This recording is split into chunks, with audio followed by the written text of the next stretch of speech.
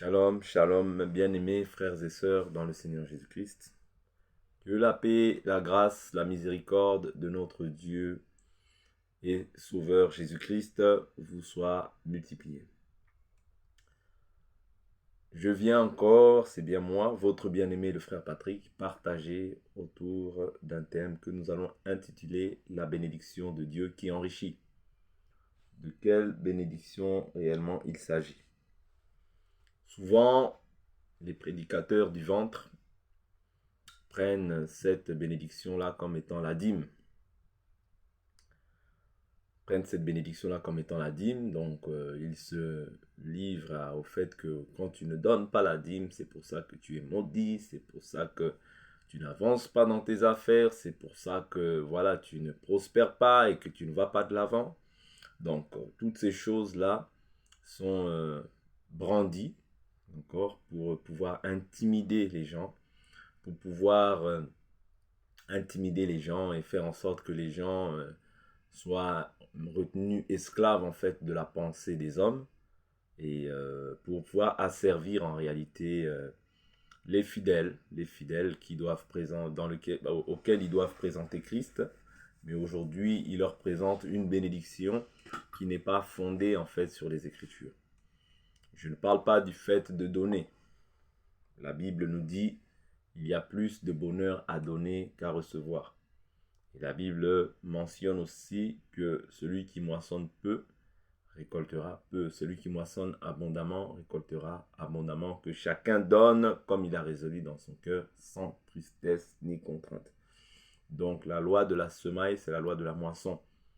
Mais le fait de donner, d'accord, la dîme, en aucun cas, cela nous montre que nous sommes bénis par rapport à cela. Donc, c'est ce que nous allons essayer d'étudier par la grâce de Dieu aujourd'hui.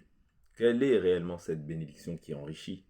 Vous voyez, donc, nous allons essayer de voir ça par la grâce de notre Seigneur et Sauveur Jésus-Christ. Donc, rappelez-vous que le thème, c'est la bénédiction de Dieu qui enrichit. Comme à l'accoutume, je vais inviter chacun d'entre vous à prendre vos Bibles. Un conseil gratuit que je donne, ayez la Bible en papier. Si éventuellement vous n'avez pas la Bible en papier, vous pouvez toujours nous contacter. Nous sommes à même de pouvoir vous envoyer aussi une Bible gratuitement. D'accord? Donc voilà, ici le but c'est que réellement nous soyons tous en communion lorsque nous partageons la parole de Dieu. Donc c'est très important de pouvoir avoir cette attitude-là des Béréens, parce que les Béréens, au-delà de ce qu'on leur prêchait, au-delà de la grandeur, de la manière dont Dieu a utilisé Paul, vous voyez, donc parce que lui-même il se décrit comme nous sommes tous des serviteurs inutiles, mais Dieu l'a utilisé puissamment. Donc malgré cela, les Béréens n'ont pas regardé à l'apparence, mais ils ont regardé à ce qui est écrit. Voilà pourquoi nous tous, animés aussi d'un même esprit, nous devons observer, sonder les Écritures pour savoir si ce qu'on nous enseigne est exact. C'est très important. Donc voilà, nous allons débuter le partage sur la bénédiction de l'Éternel qui enrichit. Soyez bénis. Donc pour cela, je vais prendre Proverbe au chapitre 10, je crois. Proverbe 10. Proverbe chapitre 10. Le verset 22. Proverbe chapitre 10, le verset 22. La Bible nous dit, c'est la bénédiction de l'Éternel qui enrichit et il n'y ajoute aucun chagrin. Ici, retenez bien la suite du texte, aucun chagrin. Il n'y ajoute aucun chagrin. Vous voyez? C'est très important. C'est très important parce que si réellement l'argent, si réellement la bénédiction est liée à l'argent, il faut que cet argent même n'ajoute aucun chagrin. Parce que si cet argent-là ajoute un chagrin, cela voudrait dire que ce n'est pas la bénédiction dont l'Éternel parle ici. Vous comprenez? Parce que il faudrait que tout ce qu'on dit, tous les actes qu'on pose, puissent trouver en fait leur source, leur fondation sur la parole. Si les choses qu'on dit ou qu'on fait ne trouvent pas la source dans la parole, mais ne le prenez pas. Ne le prenez pas. Ici, je ne dis pas que vous puissiez haïr les personnes, les individus peut-être qui vous enseignent. Non, je ne pousse personne à la rébellion et surtout pas au manque de respect vis-à-vis des bergers ou des conducteurs. Loin de là, ma pensée. Mais je dis simplement que si la chose ne respecte pas, poliment, tu peux aussi aller voir la personne et pouvoir lui dire, bon, explique-moi sur quelle base de l'écriture tu agis ainsi. Vous voyez? Donc, poser des questions n'est pas mauvais. Même les pharisiens, les scribes, bien que souvent ils posaient des questions piégées à Jésus, mais néanmoins ils posaient des questions et Jésus répondait étant que le bon berger. Donc, si vous voyez déjà une personne à qui l'on pose des questions et qui commence à s'énerver, sachez que cet homme-là, cette personne-là est suspecte. Vous comprenez? Donc, nous devons être dans la foi qui pose des questions. Parce que la foi, c'est chercher aussi à connaître. Parce que la Bible nous dit que la vie éternelle, c'est de te connaître, toi, le seul vrai Dieu, celui que tu as envoyé, Jésus-Christ. Donc, les actes que je pose doivent être posés sur base de la vie éternelle. Vous voyez, donc, sur base de la vie éternelle. Parce que c'est notre salut qui en dépend. Si nous faisons les choses par habitude, il se peut aussi que nous puissions nous éloigner du Seigneur. Mais si nous faisons les choses conduites par l'Esprit et par le fait de sonder les Écritures, certainement que nous aurons aussi des réponses. Vous voyez? Parce que la Bible nous dit, invoque-moi, je te répondrai, je t'annoncerai de grandes choses, des choses cachées que tu ne connaissais pas. Donc déjà, il y a le fait de prier, chercher à savoir ce que Dieu veut. Mais la Bible nous dit que le manque de connaissance n'est aussi bon pour personne. Donc il est très important de pouvoir sonder et de faire les choses conduit par l'esprit et voir si réellement ces choses-là se trouvent dans la parole. Parce que l'esprit, c'est aussi la parole. N'oubliez pas qu'au commencement était la parole. La parole était avec Dieu. La parole était Dieu. Donc Dieu, c'est sa parole. Très important. Donc voilà, chers frères et sœurs. Donc ici, nous voyons que c'est la bénédiction de l'Éternel qui enrichit. Mais, il dit virgule, et il n'y ajoute aucun chagrin. C'est sur ça que je veux m'atteler. Le fait qu'il n'y ajoute aucun chagrin. Nous allons prendre toujours les Écritures.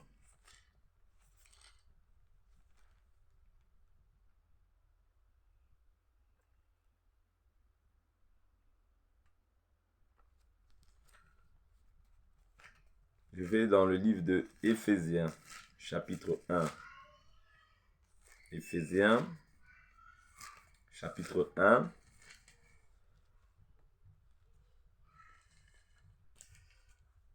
Éphésiens, chapitre 1.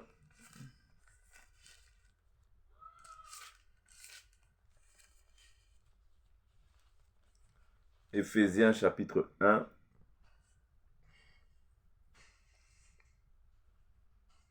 Verset 3.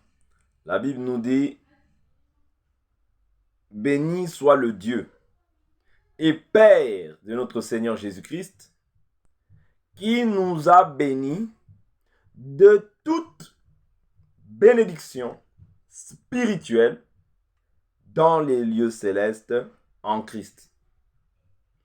En lui, Dieu nous a élus avant la fondation du monde, pour que nous soyons saints et sans défaut devant lui, dans son amour. » Oui. Il nous a prédestinés par Jésus-Christ à être adoptés selon les desseins bienveillants de sa volonté, pour célébrer la gloire de sa grâce qu'il nous a accordée en son bien-aimé. Oui. Donc ici, nous comprenons que la bénédiction spirituelle, nous la recevons par Jésus. Parce que la Bible nous dit, béni soit le Dieu et Père de notre Seigneur Jésus-Christ, qui nous a bénis. C'est-à-dire, cette chose-là, il a déjà fait. Quand tu crois, Tu demeures dans la bénédiction. La bénédiction maintenant devient ton partage. Il t'a béni de toute bénédiction spirituelle dans les lieux célestes en Christ. Ouais? C'est-à-dire que la bénédiction que nous recevons, c'est une bénédiction qui est spirituelle. Ouais? Mais elle est dans les lieux célestes en Christ. En lui, Dieu nous a élus avant la fondation du monde pour que nous soyons saints et sans défaut devant lui dans son amour. Ouais? Donc nous sommes déjà bénis de toute bénédiction spirituelle dans les lieux célestes en Christ. Et la Bible nous dit clairement,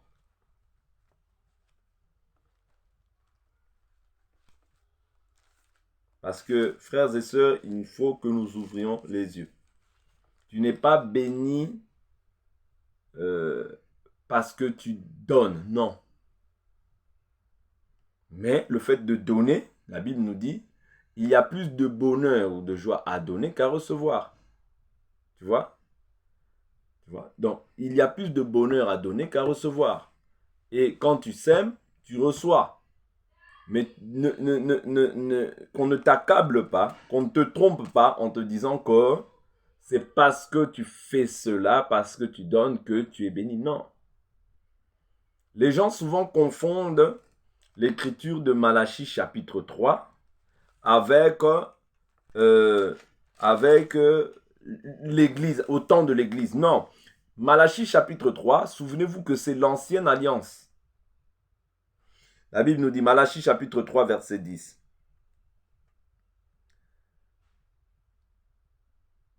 Malachie chapitre 3, verset 10. Verset 7. Depuis le temps de vos pères, vous vous êtes écartés de mes prescriptions. Vous ne les avez pas gardées. Revenez à moi et je reviendrai à vous, dit l'Éternel des armées. Et vous dites, en quoi devons-nous revenir? Un homme, un être humain peut-il frustrer Dieu? Car vous me frustrez et vous dites, en quoi t'avons-nous frustré? C'est sur la dîme et le prélèvement. Vous êtes frappés par la malédiction et vous me frustrez la nation tout entière. Apportez à la maison du trésor toute la dîme afin qu'il y ait des provisions dans ma maison.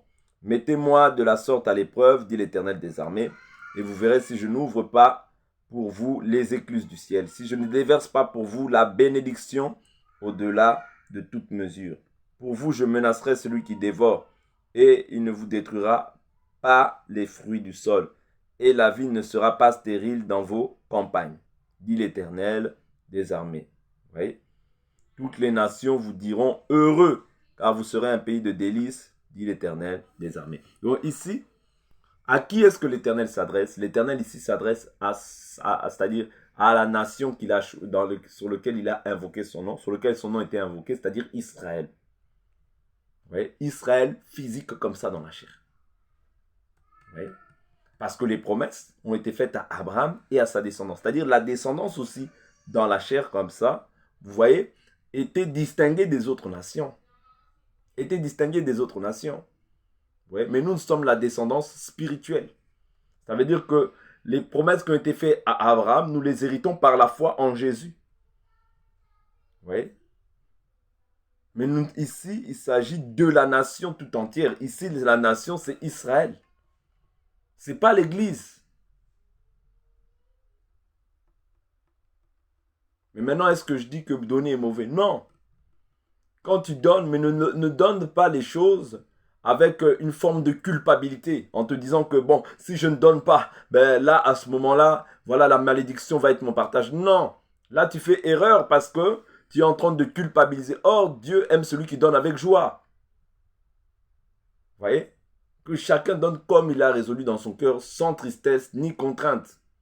Ne soyez pas contraints. Aujourd'hui, on vous impose des jougs, des fardeaux, et les hommes se livrent à pouvoir vous culpabiliser parce que vous ne recherchez pas la connaissance. Et comme tu ne recherches pas la connaissance, tu meurs. C'est ce que la Bible nous dit. Mon peuple périt faute de connaissance. Vous voyez? Donc c'est le manque de connaissance qui fait que tu meurs, tu périsses. Mais si tu as la connaissance, pour toi, la connaissance te permet de pouvoir demeurer debout même lorsque tout le monde est emporté. Vous voyez, chers frères et sœurs. Donc nous devons vraiment être prudents face à toutes ces choses-là. Vous voyez, ici, il est question de la maison du trésor. La maison du trésor n'est pas pour l'église, non. Non.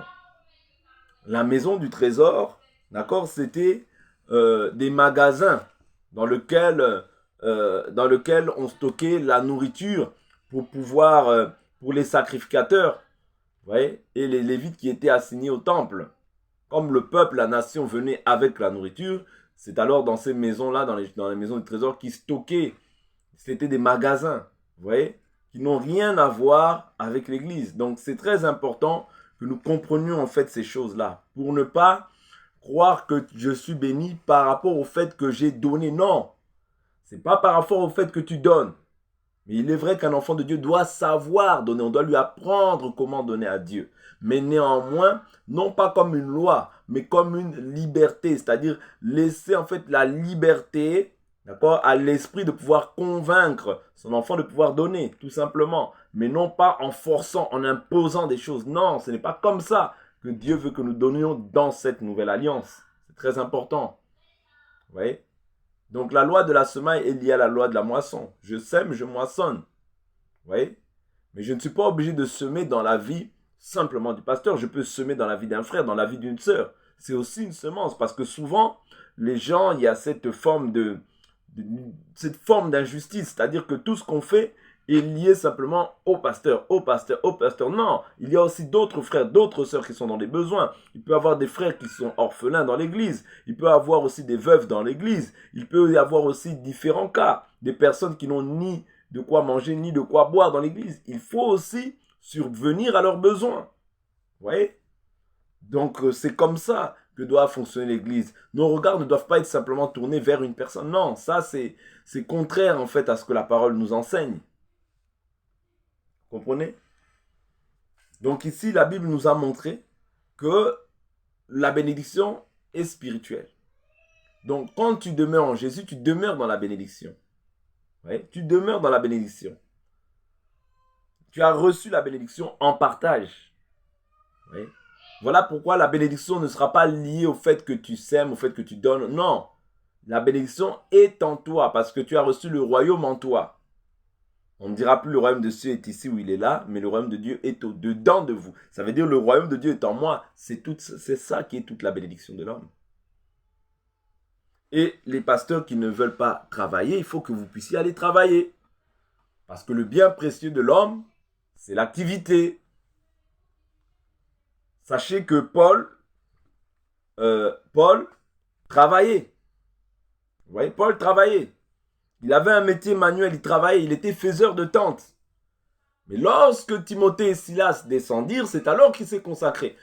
Avant de pouvoir accepter de ne pas travailler, il faut d'abord que l'assemblée puisse te prendre en charge, puisse décider de te prendre en charge. Vous voyez ? Mais ce n'est pas, tu dis, oh non, je viens aller à plein temps, directement. Non, moi à plein temps, je ne travaille plus, bon, à plein temps. Non. Va travailler. Parce que sinon, tu vas commencer à frustrer les gens. Tu vas commencer à frustrer les gens. Va travailler. Le bien précieux de l'homme, c'est l'activité. Va travailler. Vous voyez ? Va travailler. Tu travailles, tu manges. Va travailler, c'est très important. Vous voyez ? Donc, la bénédiction, sinon, tu vas commencer à fabriquer des prédications pour pouvoir intimider les gens. Non, on n'est pas pasteur pour pouvoir intimider les gens. On n'est pas berger pour pouvoir escroquer les gens. On est berger pour présenter le salut aux gens. Allez, faites de toutes les nations mes disciples. C'est-à-dire qu'on doit faire des disciples de Christ. Pour que les gens s'attachent à Christ, vous voyez, et qui respectent bien sûr les personnes qui les conduisent dans le Seigneur. Vous voyez ? Donc c'est ça le but pour lequel Jésus appelle. Ce n'est pas pour pouvoir dominer, écraser les gens ou bien les dépouiller. Non. Dieu ne nous appelle pas à cela. Dieu nous appelle à pouvoir marcher par la... C'est-à-dire, Dieu nous appelle à pouvoir marcher dans l'honnêteté. On va prendre une écriture. Je vais prendre une écriture. Parce qu'aujourd'hui, il y a trop de dérives par rapport à ces choses-là. Il y a beaucoup trop de dérives. Je prends le livre de 2 Thessaloniciens. 2 Thessaloniciens, je suis au chapitre 3, le verset le verset 6. La Bible nous dit: nous vous recommandons, frères, au nom de notre Seigneur Jésus-Christ, de vous éloigner de tout frère qui vit dans le désordre, et non selon la tradition que vous avez reçue de nous. Vous savez vous-même comment il faut nous imiter, car nous n'avons pas vécu parmi vous dans le désordre. Nous n'avons mangé gratuitement le pain de personne, mais dans le labeur et dans la peine, nous avons travaillé nuit et jour pour n'être à charge à aucun de vous.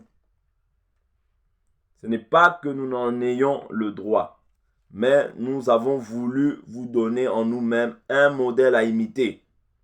Vous voyez? C'est-à-dire qu'il y a des choses aussi des fois, pour pouvoir montrer l'exemple, je travaille. Je travaille pour pouvoir montrer l'exemple aux autres. Vous voyez? Là, Paul a voulu ne pas être une pierre d'achoppement pour les autres. Aller lui-même travailler afin de montrer l'exemple aux autres, de ne pas vivre dans le désordre. C'est un désordre quand quelqu'un n'est pas encore à même de pouvoir faire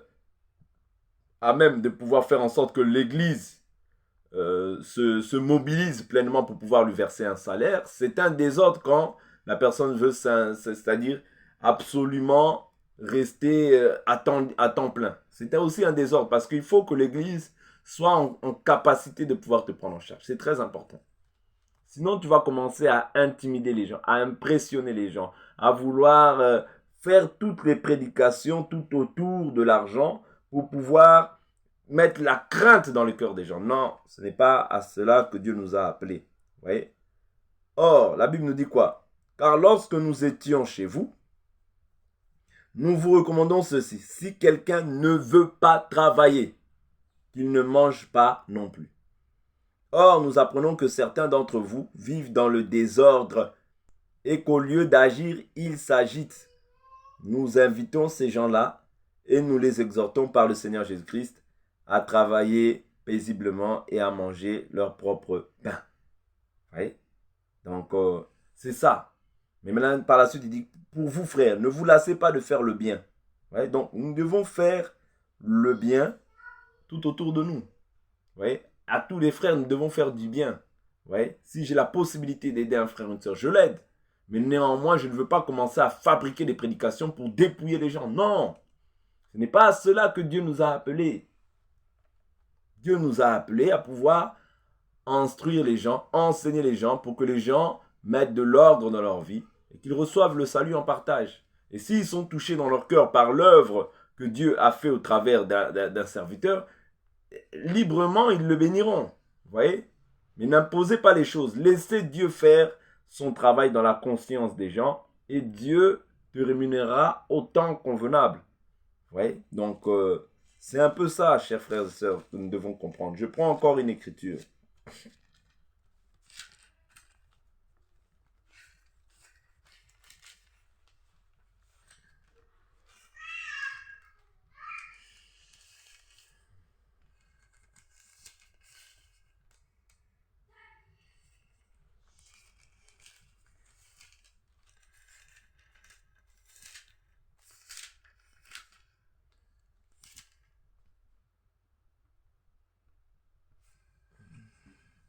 Voilà.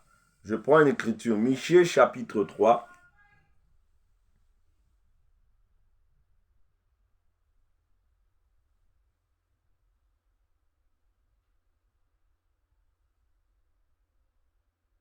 Je dis, verset 1. Je dis, écoutez, chef de Jacob et prince de la maison d'Israël. N'est-ce pas à vous de connaître le droit?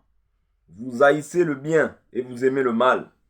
Vous leur enlevez la peau et la chair de dessus les os.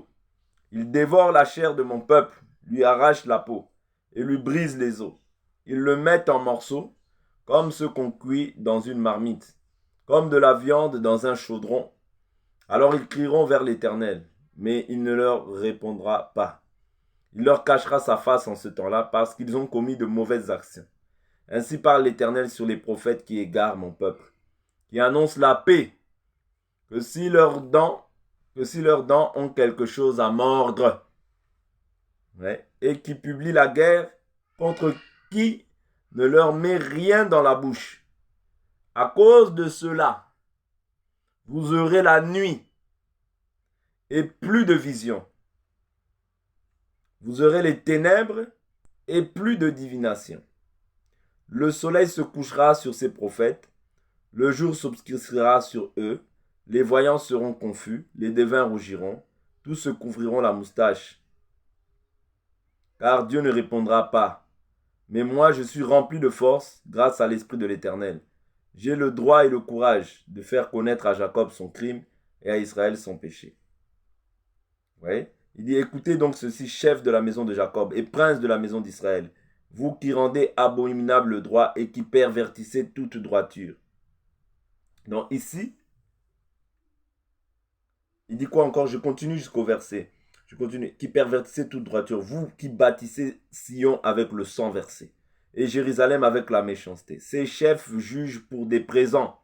Ces sacrificateurs enseignent pour un salaire.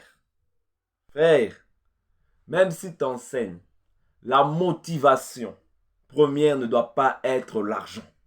La motivation première doit être l'âme des gens. Oui.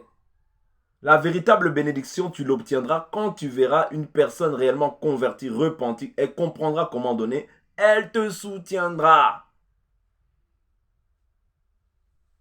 Oui. C'est Dieu qui bénit son peuple. Il dit, ces prophètes, ces sacrificateurs enseignent pour un salaire. Ces prophètes prédisent pour de l'argent. Et ils s'appuient sur l'Éternel en disant, l'Éternel n'est-il pas au milieu de nous? Le malheur ne nous atteindra pas. C'est pourquoi c'est bien à cause de vous que Sion sera labouré comme un champ. Donc ici, Dieu nous fait comprendre qu'ils enseignent pour un salaire. Oui, l'homme de Dieu a droit à un salaire. Mais il y a certaines contrées où Paul, des fois aussi, a refusé un salaire pour éviter d'être une pierre d'achoppement. Mais lorsque tu insistes, tu es toujours sur ça, tu deviens une pierre d'achoppement pour le peuple. Et tu commences à fabriquer des prédications. Bon, tu n'es pas béni. Voilà, parce que tu ne donnes pas. Tu n'es pas béni. Voilà, tu es sous la malédiction. Pourtant, la dîme est bénie. Mais on n'a jamais vu que la dîme bénit. Non, la dîme, oui, au temps d'Israël. Mais aujourd'hui, la Bible nous parle du salaire. Pas du 1/10. Non. Non, la Bible nous parle du salaire. Et Jésus vient expliquer le salaire comme étant la nourriture et le vêtement. C'est-à-dire tout ce qu'on te donnera, c'est ça ton salaire. Vous comprenez? Que ce soit les apôtres, que ce soit les apôtres n'ont pas fait mention de la dîme. Non. Ouais.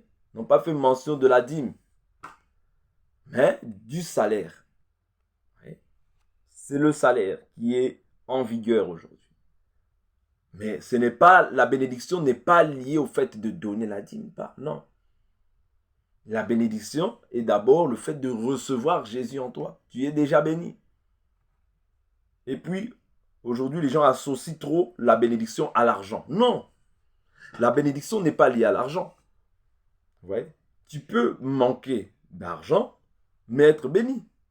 Paul dit, je prends l'écriture, Romains chapitre 8.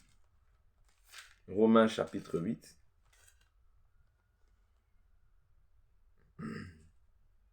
Verset 35. Qui nous séparera de l'amour de Christ? La tribulation, l'angoisse, la persécution, la faim, le dénuement, le péril, l'épée. Vous voyez? Selon qu'il est écrit, à cause de toi, l'on nous met à mort tous les jours, on nous considère comme des brebis qu'on égorge. Mais dans toutes ces choses, nous sommes plus que vainqueurs par celui qui nous a aimés. Car je suis persuadé que ni la mort, ni la vie, ni les anges, ni les dominations, ni le présent, ni l'avenir, ni les puissances, ni les êtres d'en haut, ni ceux d'en bas, ni aucune autre créature ne pourra nous séparer de l'amour de Dieu en Christ Jésus notre Seigneur. Vous voyez? C'est-à-dire, il parle de la persécution, il parle de la tribulation, il parle de l'angoisse, il parle de la faim, du dénuement ou du péril. Ça veut dire que tu peux aussi être chrétien mais traverser aussi des moments difficiles, des dénûments, le péril, la tribulation ou la faim. Toutes ces choses-là peuvent se manifester dans ta vie. Mais est-ce que c'est ces choses-là qui sont la bénédiction? Non. Faux, parce que la bénédiction, c'est Christ en toi. Vous voyez, quand tu as Christ, tu demeures, tu as tout, en toi repose toutes sortes de bénédictions. Tu as toutes les bénédictions en toi, parce que tu as la Christ. Vous voyez? Donc, il faut arrêter de fabriquer des prédications pour pouvoir accabler l'âme des enfants de Dieu. Non. Enseignez-leur. Et Dieu touchera leur cœur. Si réellement, Dieu touchera leur cœur. Et un jour, ils vous donneront. D'une manière ou d'une autre, ils donneront. Dieu permettra et ils vous donneront. Et vous aussi, même si vous pouvez vous entraider les uns les autres. Ce n'est pas un péché. Toi, toujours, on te donne, on te donne, on te donne. Quand est-ce que toi aussi tu donnes? Oh non, moi je donne la parole, je dispense la parole. Mais non, mais donne aussi de ton argent. C'est pas mauvais, c'est aussi ton frère. Ouais. Donc, cette intervention, vraiment, c'est simplement pour faire comprendre donc, aux enfants de Dieu, ainsi qu'aux dirigeants, aux bergers, que la bénédiction n'est pas liée au fait de donner. Non. Premièrement, elle est liée au fait de pouvoir recevoir Christ. Parce que c'est en lui que nous recevons toutes sortes de bénédictions. La Bible nous dit, cherchez premièrement le royaume des cieux et sa justice.